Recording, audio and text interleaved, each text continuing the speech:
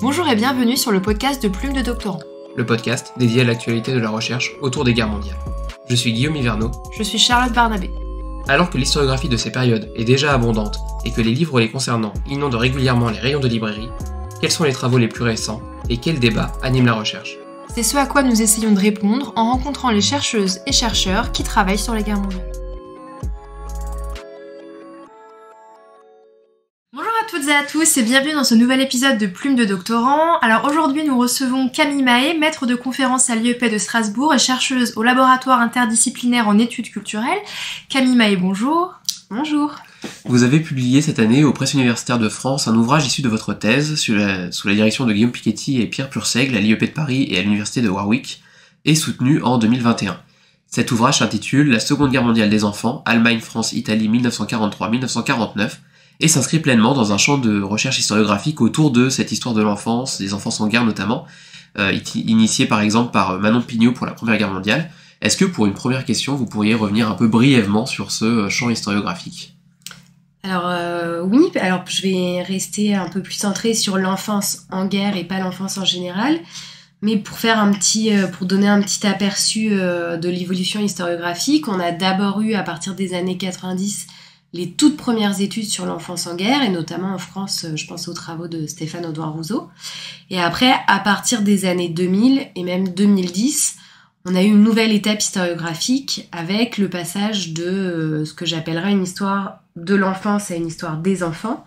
Donc Stéphane Audouin Rousseau, dans La guerre des enfants, avait plutôt une approche par le haut, donc du point de vue des adultes sur l'enfance, avec les politiques scolaires, par exemple. Alors qu'à partir des années 2000, on a un changement avec une volonté de faire entendre les voix des enfants, et notamment vous avez parlé de Manon Pignot, qui est vraiment une pionnière en France, avec sa thèse qui a été publiée en 2012, « Allons enfants de la patrie ». Et elle a travaillé sur les sources produites par les enfants. Et donc elle s'inscrit en fait dans ce qu'on appelle les Childhood Studies, qui est un mouvement qui s'est beaucoup plus développé dans le monde anglo-saxon qu'en France.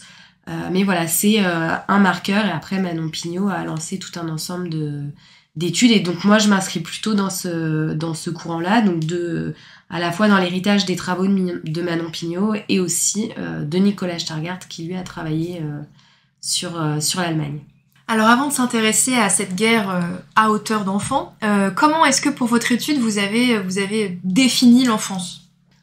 Alors, c'était assez complexe au départ parce que, comme j'ai une formation en sociologie, je savais évidemment que, comme disait Bourdieu, la jeunesse n'est qu'un mot, et que l'enfance est aussi une construction sociale, donc il a fallu restituer ce qu'était l'enfance dans les années 1940 en Europe.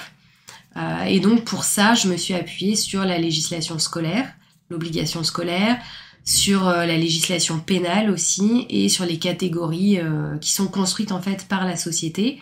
Et donc moi je me suis concentrée sur l'enfance dite d'âge scolaire, donc les 6-14 ans, et j'ai exclu l'adolescence et la petite enfance.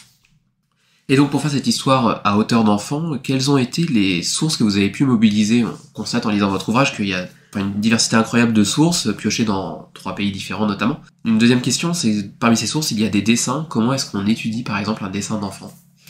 Alors pour ce qui est une approche, parce que ma thèse, et l'ouvrage qui en a découlé, il y a une grande partie, toute la première partie s'appuie principalement sur les sources produites par les enfants, puisque j'avais évidemment donc à cœur de rendre compte de leurs expériences, et donc il fallait s'appuyer sur leur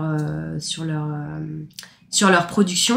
Alors, ce que les enfants ont produit dans les années 40, donc soit pendant le conflit ou à proximité immédiate, ça va être beaucoup de rédaction scolaire, puisqu'on fait beaucoup rédiger les enfants sur leurs expériences de guerre. Ça, c'est vraiment un phénomène européen, pas seulement français. On retrouve ça aussi en Allemagne, au Royaume-Uni, en Italie, en Pologne. On fait écrire les enfants massivement, d'autant qu'en plus, le XXe siècle, c'est une période au cours de laquelle les enfants sont massivement alphabétisés, et donc ils peuvent aussi écrire. Donc les rédactions scolaires, c'est ce qui est aussi le plus conservé. À côté de ça, j'ai aussi travaillé à partir de journaux intimes. Là, c'est un petit peu plus difficile à trouver, mais bon, c'est faisable. Notamment, je pense au mémorial de Caen, puisqu'on est à Caen. J'ai consulté les fonds et il y a quelques journaux intimes d'enfants qui ont vécu le débarquement ou la période de la guerre. Et à côté de ça, il y a aussi des lettres, des échanges épistolaires entre les enfants et leurs parents, mais aussi des dessins qui sont aussi assez compliqués à trouver, mais qu'on va trouver donc au hasard des trouvailles dans les archives départementales, en faisant des interviews, les anciens enfants devenus adultes conservent leurs dessins, ou alors dans certains centres d'archives, on a ces dessins qui sont difficiles à trouver, mais qu'on peut trouver, et qui montrent en fait toutes ces expériences de guerre. Alors, pour l'exploitation des dessins, c'est vrai que c'est assez complexe parce que quand on a un dessin, au départ, on ne sait pas trop comment l'utiliser, l'interpréter. Alors, je dirais que c'est un peu plus simple qu'on ne le pense parce que finalement, en fait, on opère exactement le même traitement que pour n'importe quelle autre source. Donc, restitution du contexte de production, du contexte de conservation, contextualisation aussi de l'événement qui est raconté dans le dessin. Et à côté de ça, moi, je me suis appuyée sur les travaux d'autres chercheurs, notamment en sciences psychologiques, même si évidemment, moi, je les ai utilisés en prenant du recul parce qu'on est historien et on n'est pas psychologue. Donc, on n'a pas du tout la même approche du dessin. Je dirais, pour simplifier, que les psychologues, ce qui leur intéresse, c'est la manière dont on construit le dessin. Et donc, eux, ils observent qu'est-ce qui a été dessiné d'abord en haut à gauche, puis au milieu. Enfin voilà, le processus de création, c'est ce qui intéresse les psychologues. Nous, on n'est pas là quand les enfants dessinent. Donc on a le dessin qui est dessiné en fin de course et qui a été conservé. Ce qui est important à retenir quand même pour les dessins, c'est qu'un dessin isolé ne peut pas on peut pas l'interpréter. Ça va rester purement illustratif. Et donc c'est aussi dans la mise en série de dessins, et le fait de les pratiquer aussi, d'en voir beaucoup, ça aide, et le fait d'en avoir un certain nombre, ça va permettre ensuite de pouvoir tirer des conclusions, plutôt qu'un dessin isolé qui restera purement illustratif. Une des sources que vous avez évoquées, vous avez parlé des journaux intimes, question toute bête peut-être, mais est-ce que il y a plus de journaux intimes écrits plutôt par des jeunes filles ou plutôt par des jeunes garçons, ou est-ce que autant les deux? Alors ça dépend des pays. Je dirais la grande différence en fait, c'est que la majorité des journaux intimes est écrite par des adolescents. Donc moi je m'en suis la grande majorité de ce que je trouvais, c'était écrit par des adolescents. Les 13-14 ans. C'est une pratique, même entre 14 et 17 ans, on va dire, c'est une pratique très adolescente. Sachant que quand même vers 12-13 ans, il y a des enfants qui écrivent, on est vraiment à la frontière de ces deux catégories d'âge. En France, c'est assez féminin, mais je pense que la différence avec l'Allemagne et l'Italie, c'est que comme on est dans des régimes autoritaires ou totalitaires, en fait, c'est quelque chose, en tout cas en Allemagne, qui est très courant. Il y a beaucoup de journaux intimes de garçons qui vont raconter leurs aventures dans la Hitlerjugend, mettre des petits... on retrouve des portraits de Hitler, des membres du gouvernement. En fait, finalement, quelque chose qui est assez classique. D'accord. En fait, on raconte ce qui se passe dans sa vie, et comme il y a une omniprésence du monde politique dans le régime nazi, forcément, on retrouve ça dans les journaux intimes. D'accord, merci. Oui, alors du coup, vous parlez de l'Allemagne, puisque ce que vous nous proposez, c'est une étude comparative entre l'Allemagne, la France et l'Italie. Pour vous, quel est l'apport principal de cet axe? Et surtout, est-ce que ça vous a pas posé certaines difficultés d'aller lire un journal intime allemand Alors non, pour la question de la langue, j'ai choisi 3 pays dont je maîtrisais la langue, donc ça allait. Je dirais la seule difficulté en Allemagne, c'est que c'est une écriture gothique. Et donc faut s'habituer à lire une écriture enfantine en gothique. Alors les adolescents ça va, mais parfois les enfants ils font des fautes comme tout le monde, et donc écriture gothique plus des fautes en allemand, ça peut être un peu compliqué, mais sinon du point de vue de la langue c'était pas un problème du tout. Par contre peut-être en termes de confrontation à d'autres pays en fait, le principal apport, le principal apport de l'approche comparée. En fait, moi, j'étais venue à l'histoire comparée parce que, j'avais été surprise de trouver en France. J'ai commencé à travailler sur la France, et ce qui m'avait vraiment surprise, c'était de trouver énormément de sources, enfin en tout cas énormément, il faut peut-être pas pousser, mais en tout cas un nombre assez important, plus que je ne le pensais, de sources qui témoignaient d'un quotidien plutôt banal en temps de guerre et des récits aussi d'enfants qui expliquaient que finalement, eux, la période de guerre s'est plutôt bien passée, et quand j'ai fait des interviews avec d'anciens enfants pour aussi vérifier voilà qu'est-ce qui s'est passé avec du recul, parce que je m'étais dit que peut-être les enfants ne racontaient pas dans leurs récits des expériences traumatisantes.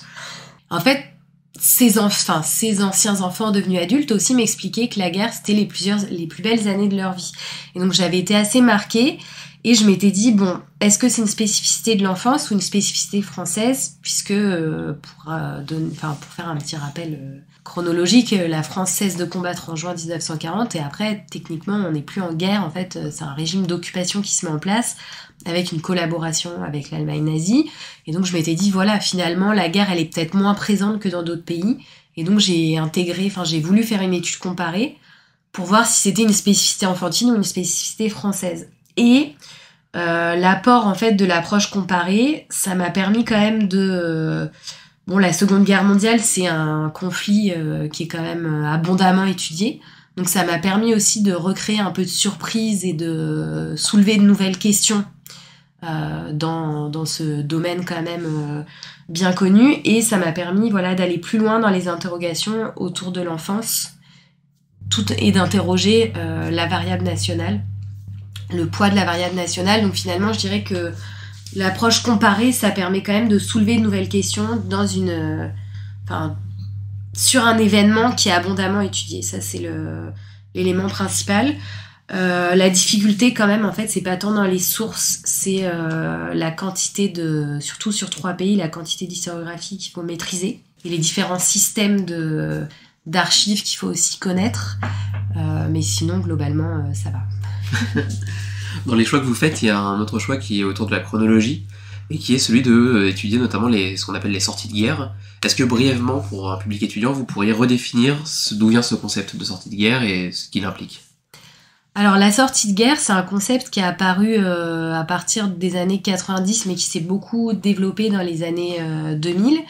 En fait, l'idée, c'était un constat, en tout cas par des chercheurs, de dire que la guerre, elle s'arrête pas en 1945. En fait, initialement, c'est aussi un rejet de l'après-guerre, de la notion d'après-guerre, parce que l'après-guerre, ça donne l'impression que la guerre s'arrête en 45 et qu'après 1945, c'est la paix, en tout cas pour la chronologie de la Seconde Guerre mondiale. Et c'est la même chose pour, après 1918, la guerre, en fait, elle est encore présente. Et donc, c'est de dire que la guerre, elle s'arrête pas avec un traité de paix ou avec un armistice, mais elle continue. Et la notion de sortie de guerre, en fait, elle pense plutôt la fin de la guerre comme un processus. Et donc, le terme, je pense qu'il faut vraiment retenir, c'est le processus, de dire que la guerre, progressivement, elle disparaît de la société, avec même cette question, est-ce que la guerre disparaît vraiment ? Quand est-ce que la guerre prend véritablement fin ? Et donc, c'est un processus de disparition des traces de guerre. Alors, ça va être dans les paysages, je pense notamment aux ruines, dans les discours aussi, avec notamment ce sont les travaux de John Horn avec la démobilisation culturelle qui a montré qu'il y a un processus de déprise de la violence de guerre qui est vraiment très lent dans les sociétés. Et ça va passer aussi par le deuil, par des rituels, par un changement de discours politique. Enfin, ça va en fait avoir trait aux questions économiques, sociales, culturelles, c'est assez varié. Alors, un des premiers constats que vous faites, c'est que la perception des enfants ne s'aligne pas toujours, et parfois même de loin, sur celle des adultes. Est-ce que vous pourriez un peu revenir dessus, parce que c'est quelque chose que je trouve très pertinent. Alors, ce qui est assez... cette approche, ce constat plutôt, il se lit au moment de l'entrée en guerre. Notamment, on voit vraiment une différence de réaction entre les adultes et les enfants. Puisque... Peut-être qu'on peut rappeler qu'en fait, pour les enfants, et moi, c'est ce qui m'a vraiment marqué dans les sources que j'ai exploitées, c'est que pour les enfants, une entrée en guerre, un traité de paix, une déclaration de guerre, un armistice le 8 mai 45, septembre 1939, ça veut pas dire grand-chose. Que la chronologie politique et diplomatique, elle fait pas sens pour les enfants. Et quand la guerre éclate en septembre 39, les enfants sont assez contents dans les 3 pays d'ailleurs, parce qu'ils se disent « Ah super, on va enfin vivre une aventure », ils sont tout excités. Alors certains sont effectivement tristes pour les plus âgés parce que le père est envoyé au front, mais dans l'ensemble, ils sont plutôt contents. Et ça, c'est vraiment quelque chose qu'on retrouve dans les 3 pays, en France comme en Allemagne, en Italie, et même aussi par exemple en Angleterre, parce que j'ai pu consulter aussi des sources sur ce terrain-là. Ils sont contents, ils vont suivre l'avancée des armées sur les cartes, et ça, c'est quelque chose qui dure quand même assez longtemps pendant la guerre. Par exemple, en France, quand les combats cessent et que l'armée allemande vient occuper la France, quand on a un camp avec des Allemands qui s'entraînent à côté, les enfants sont très contents, ils vont les imiter pendant la cour de récréation. Leurs jouets vont aussi se transformer, enfin leurs jeux, ils vont jouer aux soldats, à l'allemand et aux français. Et donc il y a une adaptation assez importante, ils jouent aussi au bombardement. Ils vont se saisir de la guerre comme une source d'inspiration pour leurs jeux notamment, et ils vont voir ça plutôt comme une aventure que comme un danger de mort imminent. D'ailleurs, ce calendrier de l'enfance, il est assez différent d'un enfant à l'autre. Enfin, là, dans le livre, par exemple, ce qui m'avait marqué, c'est le cas de vous expliquer, je crois que c'est des réfugiés du nord de la France qui se retrouvent à Marseille, et en fait, entre les deux, ceux qui ont vécu, donc dans le nord de la France, ils ont vécu l'exode, les bombardements, etc. Donc ils ont une approche de la guerre différente de ceux de Marseille qui n'ont pas connu ça, par exemple. Par contre, progressivement, l'occupation allemande, à partir de novembre 42. Mais, donc voilà, il y a une approche différenciée. Est-ce que cette approche différenciée, elle fonctionne, faut vraiment l'étudier au cas par cas entre les enfants, ou est-ce que d'un pays à l'autre, il y a aussi un vécu différent de la guerre? Mais vous avez l'air de dire que finalement, d'un pays à l'autre, il y a quand même plein de choses qui se recoupent et qui se ressemblent en fait. Oui, alors en fait, je dirais, il y a dans les sources d'enfants que j'ai consultées, ce qui m'avait marqué, c'est qu'il y avait quand même 2 types de rapports à la guerre. Il y a ce rapport plutôt, on va dire, qu'on pourrait caractériser de positif à la guerre, avec une attractivité assez forte, qui se lie aussi, par exemple, le soir, quand il y a une alerte pour les bombardements, quand on descend à la cave et qu'on voit les bombardements, la nuit qui explose, ça s'apparente à un feu d'artifice, et voilà. Donc on a ce type de sources, mais de l'autre côté, on a aussi des sources avec un rapport qui est beaucoup plus négatif à la guerre, qui témoigne de crainte, d'effroi. Et là, ce qui compte, c'est pas la nationalité ou les différents types d'enfants, c'est vraiment qui a été confronté, est-ce que ces enfants ont été confrontés directement, intimement à la violence de guerre. En fait, c'est vraiment ça qui fait la différence. Et donc, tant que la sphère intime des enfants n'a pas été atteinte directement par la guerre, donc par sphère intime, en fait, j'entends la cellule familiale proche, la maison, l'école aussi, parce qu'on a souvent tendance à oublier, mais l'école joue un rôle quand même important dans le sentiment de sécurité et de stabilité des enfants, en tout cas dans les années 40. Et voilà, en fait, la maison, le chemin de l'école, et donc tant que et les amis, évidemment, les camarades, tant que cette sphère intime n'est pas touchée, les enfants vont garder ce caractère. Alors soit, à un moment, ils vont être lassés de descendre à la cave, ils vont en avoir marre un petit peu. Enfin voilà, le caractère extraordinaire et joyeux va s'étioler, mais globalement, tant que la sphère intime elle n'est pas touchée, les enfants vont réagir de manière plutôt positive. Et vous citiez l'exemple d'une source, moi que j'ai vraiment beaucoup aimé. En fait, c'est un rapport d'inspection de l'Académie de Marseille, et les institutrices expliquent comment ça se passe dans la cour de récréation, quels sont les jeux des enfants. Et dans ce rapport, en fait, ce qu'elles expliquent, c'est que donc on est à Marseille et les réfugiés du nord de la France, notamment de Dunkerque, ont été évacués. Donc eux, ils ont vécu directement un bombardement, leur maison a été détruite et ils ont été évacués à Marseille. Et en fait, ces enfants, quand il y a des avions qui passent, ils courent dans les jupes des maîtresses, et ils ont peur d'un avion, d'une éventuelle attaque. Alors que les Marseillais, eux, ils sont tout excités, et ils sont même déçus de ne pas avoir été bombardés, parce que pour eux, ça aurait été génial d'être bombardés, ils auraient enfin vécu une aventure.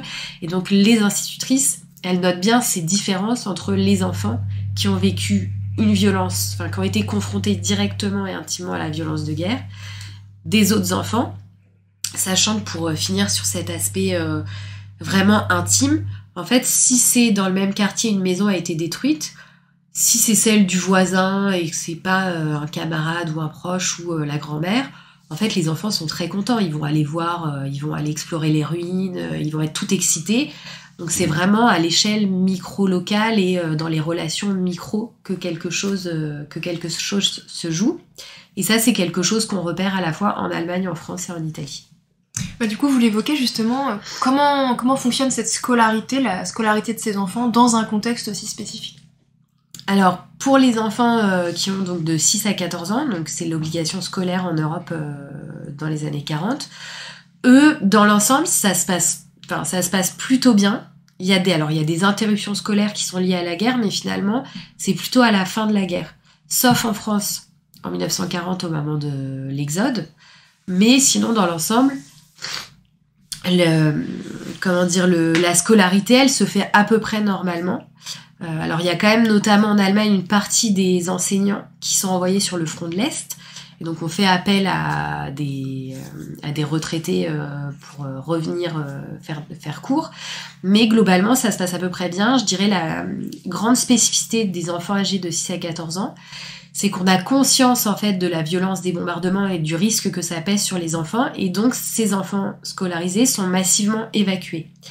Quand les bombardements se font de plus en plus violents et de plus en plus nombreux. Alors c'est surtout à partir de 42 et vraiment à partir de 43. En fait, l'essentiel des bombardements, c'est autour de l'année 44 et même dans les 3 pays. En Allemagne, finalement, l'année la plus meurtrière, c'est 1945. En termes de bombardement, c'est même pas 1944.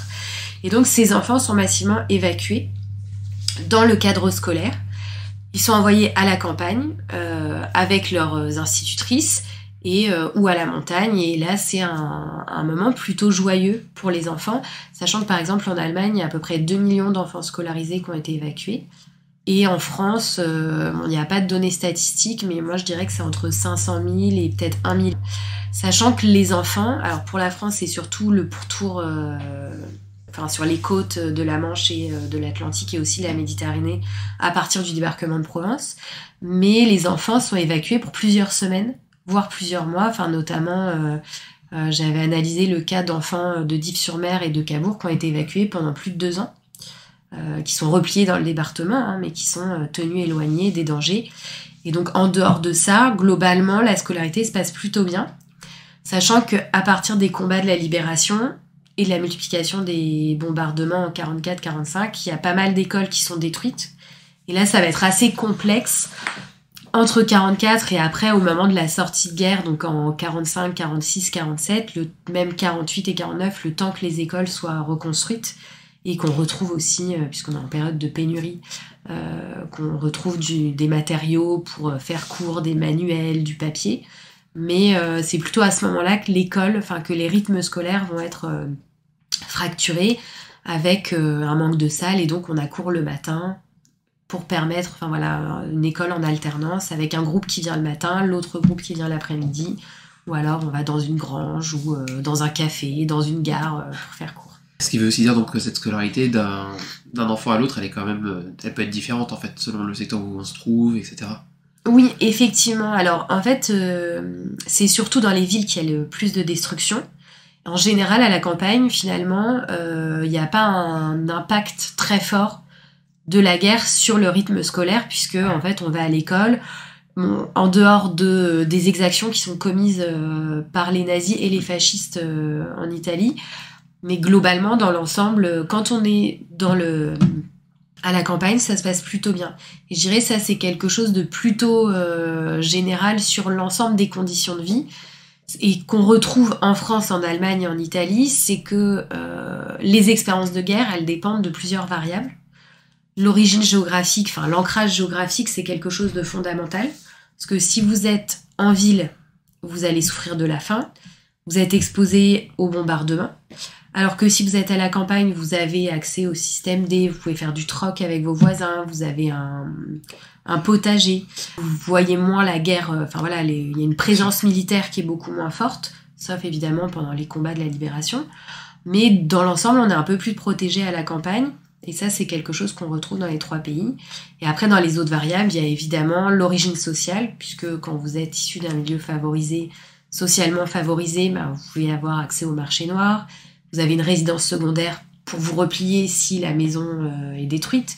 Et donc, on s'en sort un petit peu mieux quand on est à la campagne, issu d'un milieu social favorisé, et avec bien sûr aussi la question du genre qui peut jouer et la religion, puisque si on a un enfant juif ou non juif, enfin, je dirais même si on fait partie d'une catégorie qui est persécutée par les nazis, donc les juifs et les nomades, parce qu'on a souvent tendance à oublier les enfants nomades. Mais voilà, les expériences, elles sont très diverses. Et finalement, moi, ce qui m'avait marqué avec la grande conclusion de l'analyse comparée, c'était de conclure que finalement, la nationalité, elle joue très peu dans les expériences de guerre des enfants par rapport à ces autres variables qui sont celles donc de l'ancrage géographique, spatial, etc. Peut-être pour donner un petit exemple concret, ce que ça donne, c'est que finalement, un enfant allemand qui grandit à la campagne a une expérience de guerre beaucoup plus proche d'un Français qui grandit à la campagne que d'un autre enfant allemand qui grandit en ville. D'accord. Et donc dans cette différence que vous évoquez, quel ressenti vous avez dans le vécu entre des jeunes filles ou des jeunes garçons à travers les sources ? Alors, pour ce qui est des questions de genre, ça va être surtout sur des expériences ponctuelles. Pour les filles, évidemment, elles sont un peu plus affectées par les agressions sexuelles et les viols. Alors, les viols concernent beaucoup plus les femmes et les adolescentes, mais il y a quand même des cas chez les enfants. Et ensuite, pour ce qui est des garçons, ils sont un peu plus affectés par l'expérience de la mutilation, puisqu'après-guerre, les enfants manipulent beaucoup d'armes abandonnées, d'explosifs, et le ratio, il est à peu près, en tout cas, ce que j'ai pu calculer pour l'Italie, parce qu'on a donné des données statistiques qui sont très précises. En Italie, c'est à peu près à 60-40, donc 60% de garçons et 40% de filles. Et logiquement, les garçons manipulent davantage ces armes abandonnées et sont plus affectés par la mutilation. D'accord. Est-ce que dans la perception de la guerre, il y a des différences ? Moi, j'ai pas vu de différence dans la perception de la guerre. J'en ai pas vu, je dirais ce qui va... En fait, la cellule familiale, elle joue un rôle assez important, et donc ce qui va peut-être jouer, c'est est-ce qu'une fille va être dans une fratrie qui est une fratrie avec beaucoup de garçons qui vont jouer à la guerre, et donc elle va jouer avec ces garçons, elle va beaucoup jouer à la guerre, alors qu'une petite fille qui serait dans une fratrie féminine, en fait, elle va peut-être moins jouer à la guerre. Sinon, dans les jeux quand même, dans les cours de récréation, les filles vont jouer davantage, en fait, comme elles occupent des tâches qui vont être plus genrées dans la vie quotidienne, donc elles vont plutôt faire la queue, alors que, tout ce qui est tâches domestiques, c'est elles qui vont le faire. Dans la cour de récréation, elles jouent davantage au rationnement, à la queue, aux mères éplorées qui reçoivent l'annonce du père, du frère prisonnier de guerre, alors que les garçons vont un peu plus jouer à la guerre. Les jeux sont quand même assez genrés, mais je dirais que ça dépend quand même aussi de la composition de la fratrie, qui est l'aîné, parce que finalement, si c'est un garçon qui est l'aîné, c'est lui qui sera plutôt envoyé faire la queue. Donc voilà, ça dépend de pas mal de choses. Mais je dirais que c'était peut-être moins important que ce à quoi je m'attendais, cette variable de genre, en tout cas dans la perception de la guerre. Alors vous faites de la décennie 1940 un moment clé dans l'élaboration de cette figure de l'enfant victime de guerre. Alors, vous en avez un petit peu parlé, quelles sont les grandes formes de violence qui sont faites aux enfants ?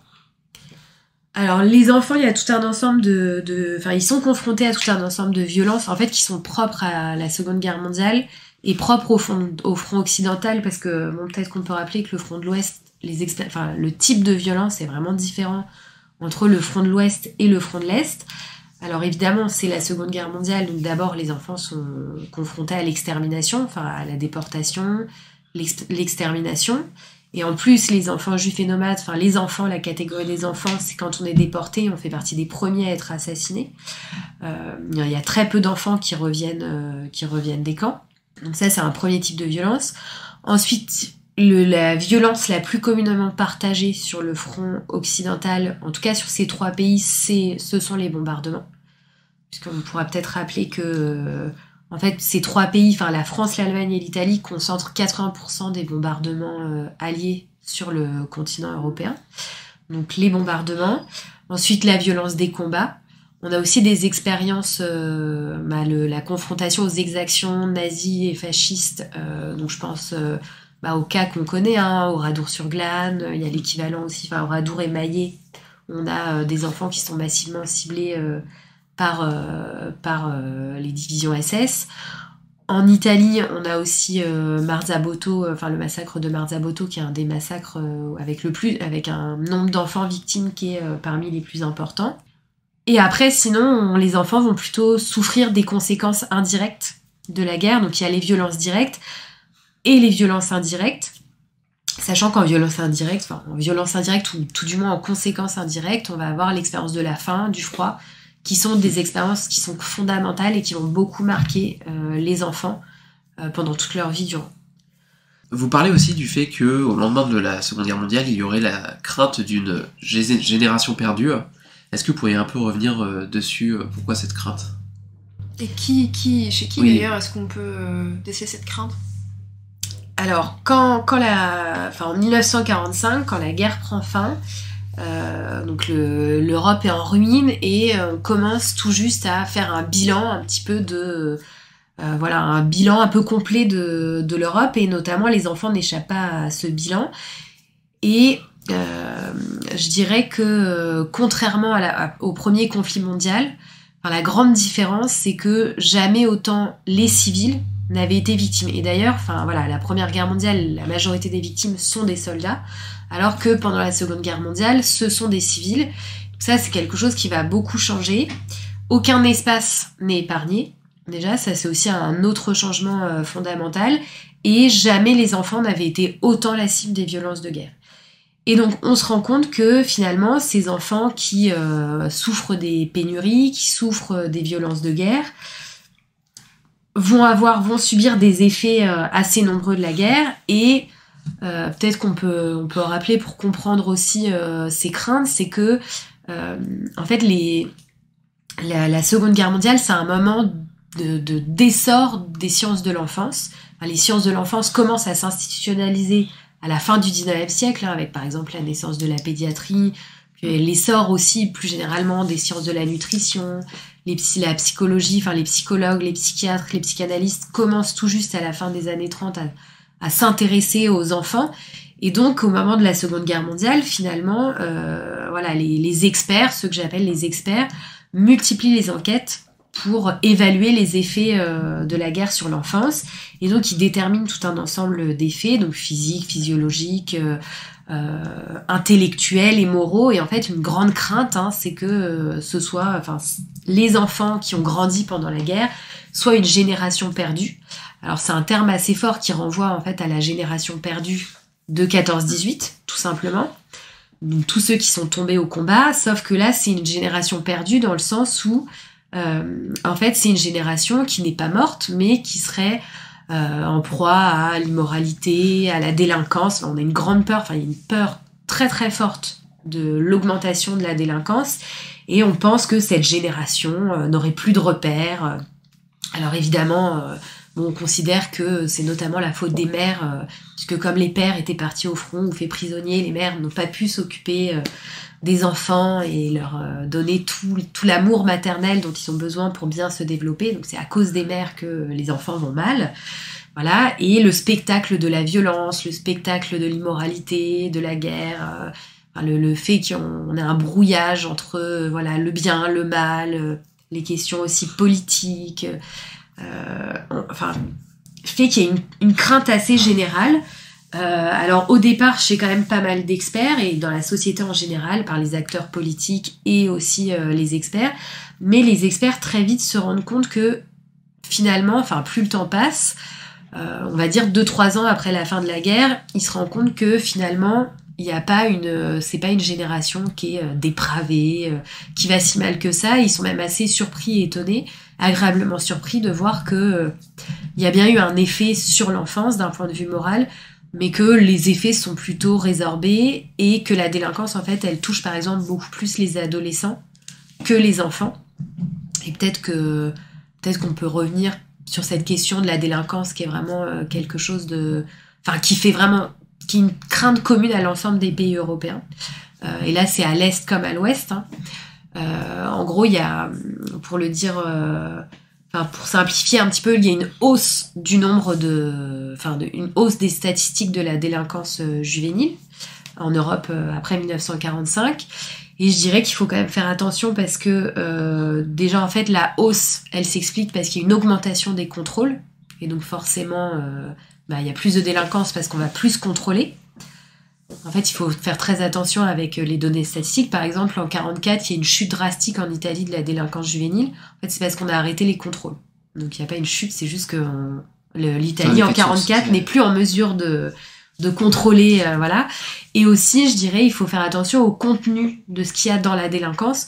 En fait, on va dénoncer des vols qu'on dénonçait pas avant. Par exemple, le chapardage, voler des légumes, voler des bicyclettes, ça, on le reportait pas dans les années 30, alors qu'on va au commissariat dans les années 40 quand on se fait voler des pommes de terre ou une bicyclette, parce que c'est quelque chose qui est devenu très important. Et donc, voilà, c'est de se dire qu'il faut faire attention avec les données statistiques, et aussi, finalement, quand on y regarde un peu plus près, c'est assez peu les enfants, ça concerne surtout ceux qui ont 16, 17, 18 ans, et donc beaucoup plus les adolescents. Et après, à la fin des années 40, en fait, ça disparaît de manière assez significative, en fait, quand les pénuries prennent fin et que la situation matérielle se rétablit. Donc on a d'une part la crainte de cette génération perdue, et en même temps, c'est aussi à ce moment-là où on commence à conscientiser l'idée qu'à l'échelle mondiale, il faudrait peut-être mettre en place des grandes structures de protection de l'enfance.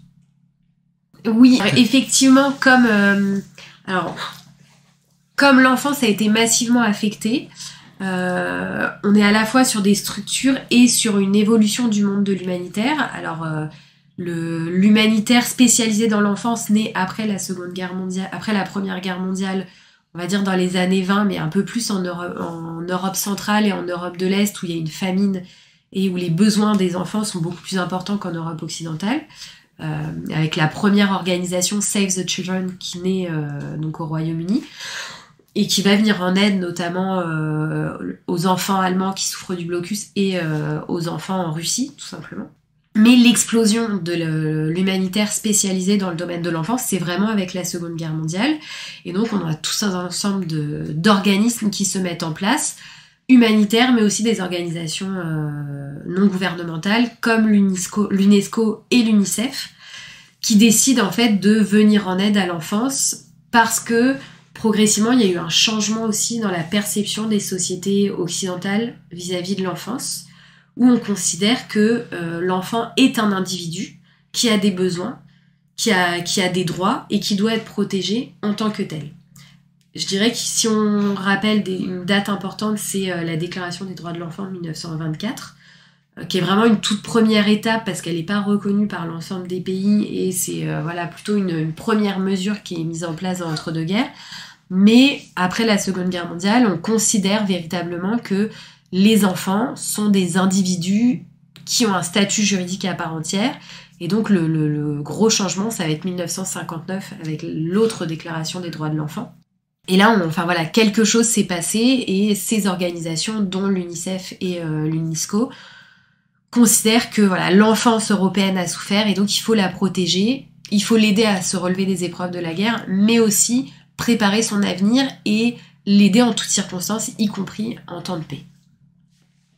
D'ailleurs, sur cette idée de reconstruction, il y a tout un aspect que je trouve extrêmement intéressant sur une éducation culturelle de l'après-guerre, de la sortie de guerre finalement, où on continue à inculquer la guerre et l'histoire de la guerre finalement aux enfants. Alors vous prenez l'exemple assez connu de La Bête est morte par exemple, comme ouvrage pour montrer la Seconde Guerre mondiale aux enfants, mais il y a aussi toute la question de construction des programmes scolaires, avec qu'est-ce qu'on dit ou pas de la guerre qui vient de se passer.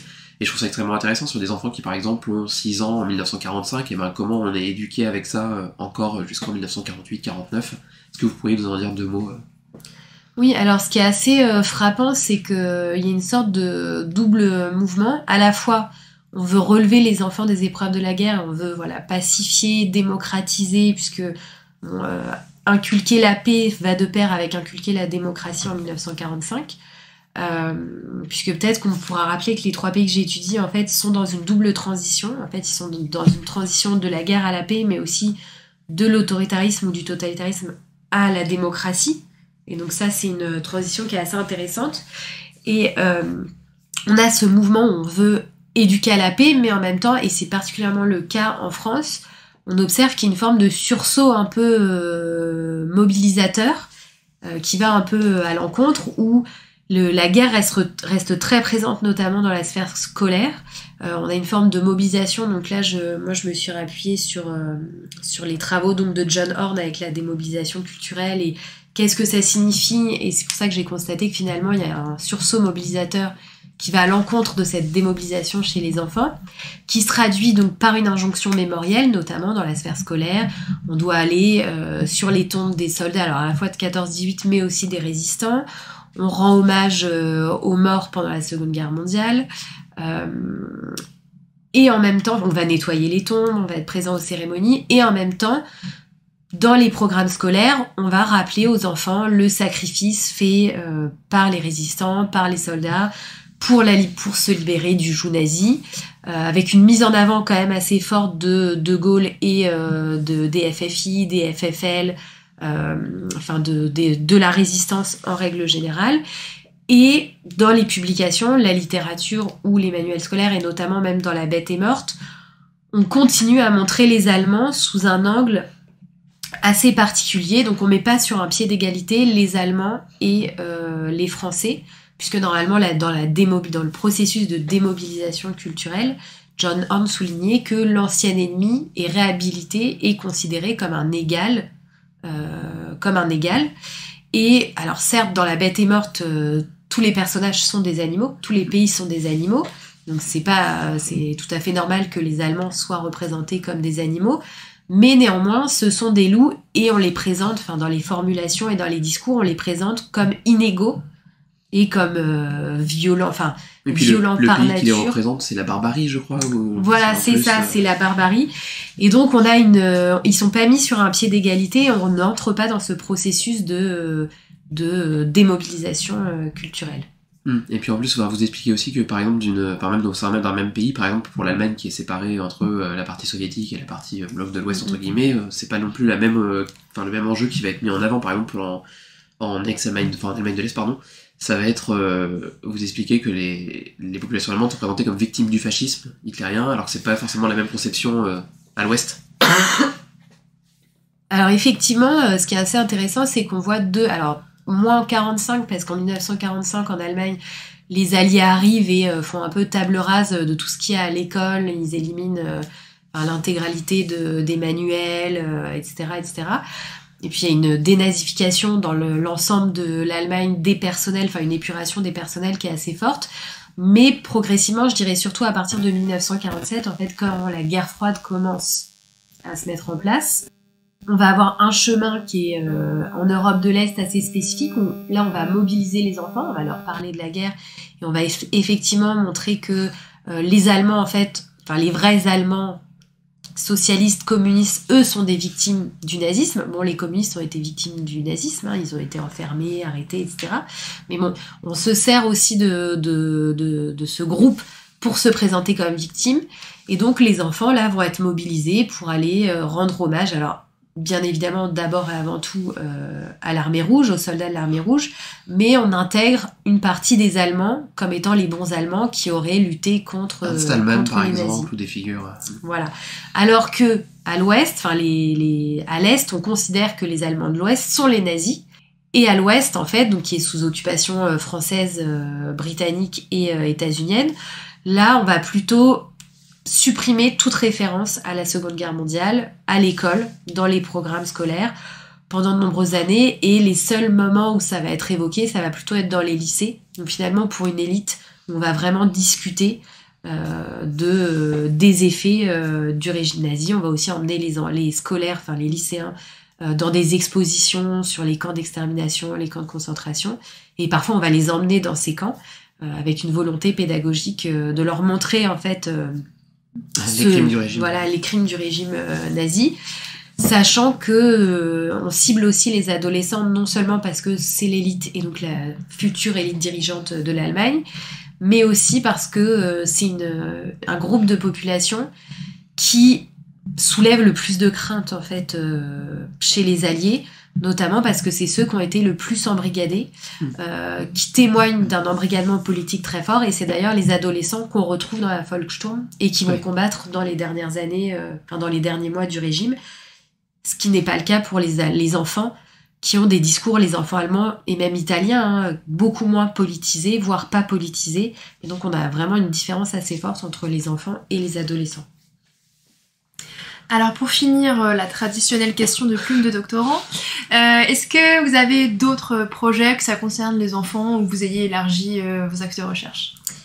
Alors j'ai un petit projet que je commence à développer, mais qui s'inscrit en fait dans la continuité de mes recherches. En ce moment, je travaille, depuis septembre, sur les enfants mutilés de la Seconde Guerre mondiale, parce que je me suis rendu compte que c'était un phénomène assez important, qui n'avait pas été étudié. Et ce qui est assez intéressant, c'est que la prise en charge entre les trois pays, elle se fait pas du tout de la même manière. En Italie, ça se fait de manière assez rapide, avec des tensions entre avec le Vatican, les communistes. Enfin, on est vraiment dans une dynamique de reconfiguration institutionnelle aussi et de compétition entre les acteurs politiques. Et ce qui m'a marqué, c'est que finalement en France, alors que se met en place un régime de protection sociale dès 1945, en fait c'est pas du tout l'État qui au départ va prendre en charge ces enfants, ce sont plutôt des acteurs traditionnels, notamment la Croix-Rouge suisse, le CICR, et des acteurs privés comme des marquises ou des baronnes qui vont donner des châteaux pour prendre en charge ces enfants. Donc voilà, l'idée c'est de travailler sur ces enfants mutilés parce que il n'y a pas grand chose dessus, mais c'est un phénomène assez important de l'après-guerre. Alors plein de belles perspectives de lecture pour nous, en tout cas peut-être un futur épisode. Du coup Camille Mahé, nous vous remercions. Bien, merci à vous. Merci. Nous vous remercions d'avoir écouté ce podcast réalisé par les doctorants en Seconde Guerre mondiale du laboratoire ISTEME de l'Université de Caen. Si vous l'avez aimé, n'hésitez pas à partager. Nous vous retrouvons le mois prochain pour un prochain épisode.